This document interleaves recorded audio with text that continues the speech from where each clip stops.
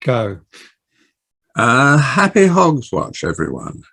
This is a report for the last 2 years covering all the things which I found to be noticeable and in the year of the condescending carp.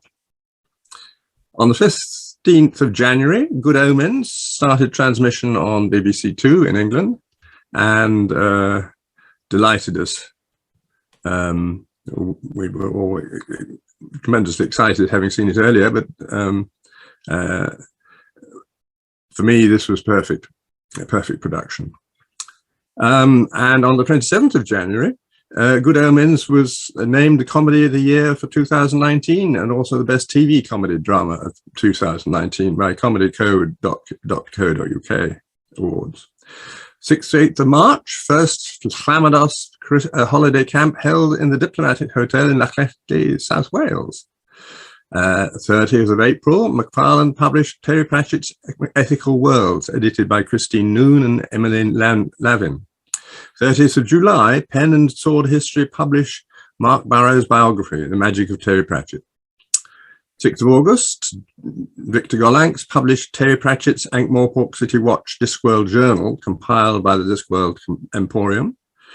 7th to 11th of August, the 12th International Discworld Convention, originally planned for the Hilton Metropole Hotel on these dates, has been postponed until 19th to 22nd August, which I am looking forward to, 2022.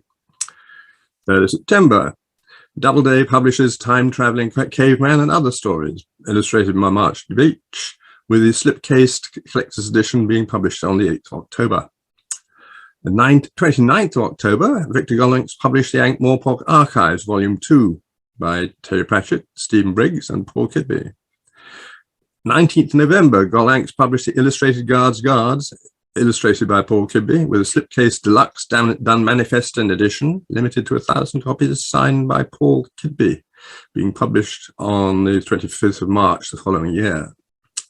It's surprising that things still seem to go on in our weird world, but we succeed. On to the Year of the Beleaguered Badger, i.e. 2021. On the 1st of January, BBC America's production of The Watch premiered in Australia, and I imagine that a number of you have strong views on it. I have not yet watched it. It started on the 3rd in the USA and in Russia and elsewhere, but not yet in the UK. No, for me that was a horrible thing. Just from looking at the trailers, I couldn't watch it.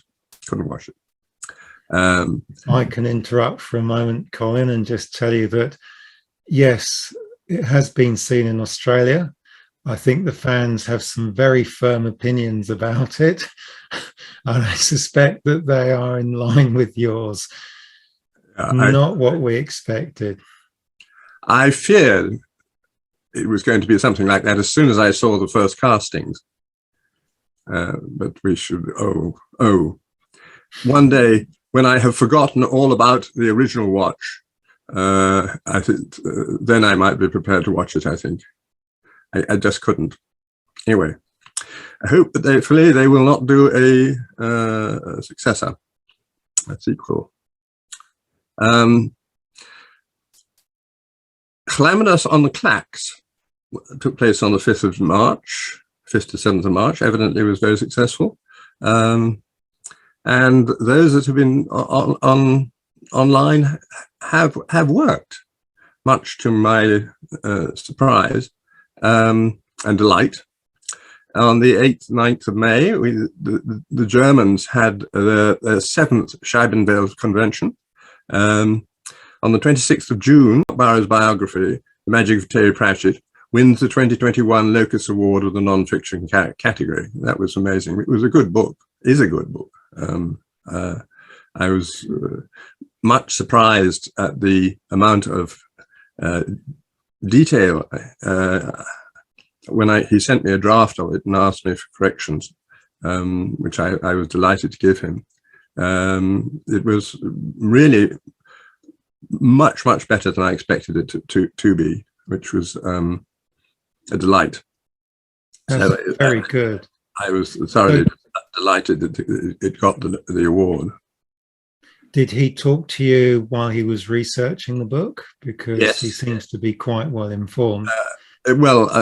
He sent me, I mean, we didn't do an interview, but we did actually, he sent me lots of questions, and I sent him lots of questions. So he, as far as I know, it's factually accurate. And that was all all that I was needing to check up on. I don't mind people writing what they like, as long as it's fact and not fiction. So, yes, that was very pleasing. 1st July, BBC America issued their episode on iPlayer, and the watch was later to be shown on BBC Two. I'm not sure. Has it appeared in BBC Two? I don't know. I have studiously ignored it, and therefore it blocked out of my mind. 3rd of July, Sydney time, the Lost Con, I believe. Virtual celebration of Discworld organised by Nullis Theatas. Yes, I hope. Yeah.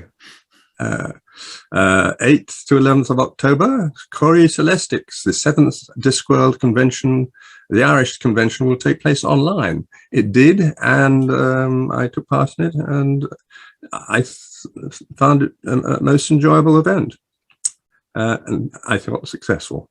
The 11th of November, Victor Gollancz published The Ultimate Discworld Companion by Terry Pratchett and Stephen Briggs, illustrated by Paul Kidby, which is a improvement, but final one of the Discworld companions.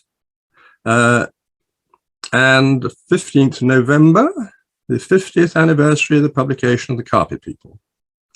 This was marked at the University of London Senate House Library, holding a commemorative meeting with me, live and online, discussing its first publication. It's on YouTube. Unfortunately, they didn't bother to check sound levels before we started. I assumed they had, and I'm rather faint, I believe. And I'm somewhat embarrassed about getting got at the beginning of it, because too many ums and ahs as far as I was concerned. But however, it's there for better or for worse from the first time.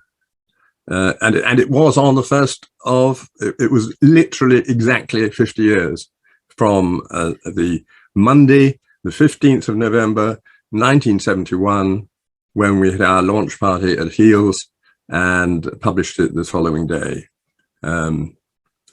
So it's quite a marker for me.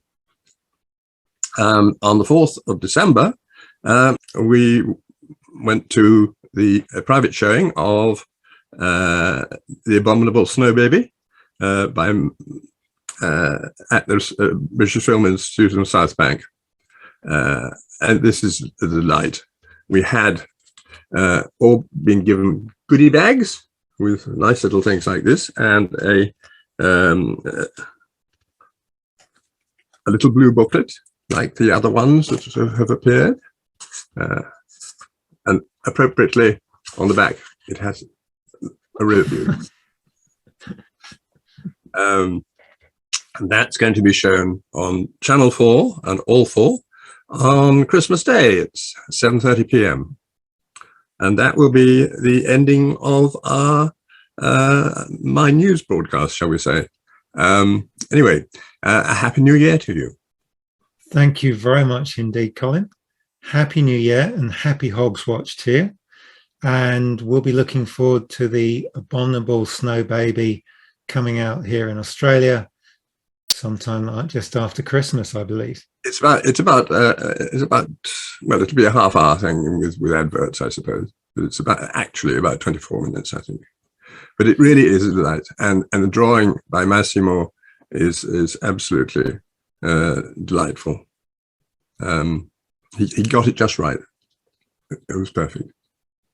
Thank you very much indeed, Colin. Well, delighted to be able to provide you with a little bit of information over the last year.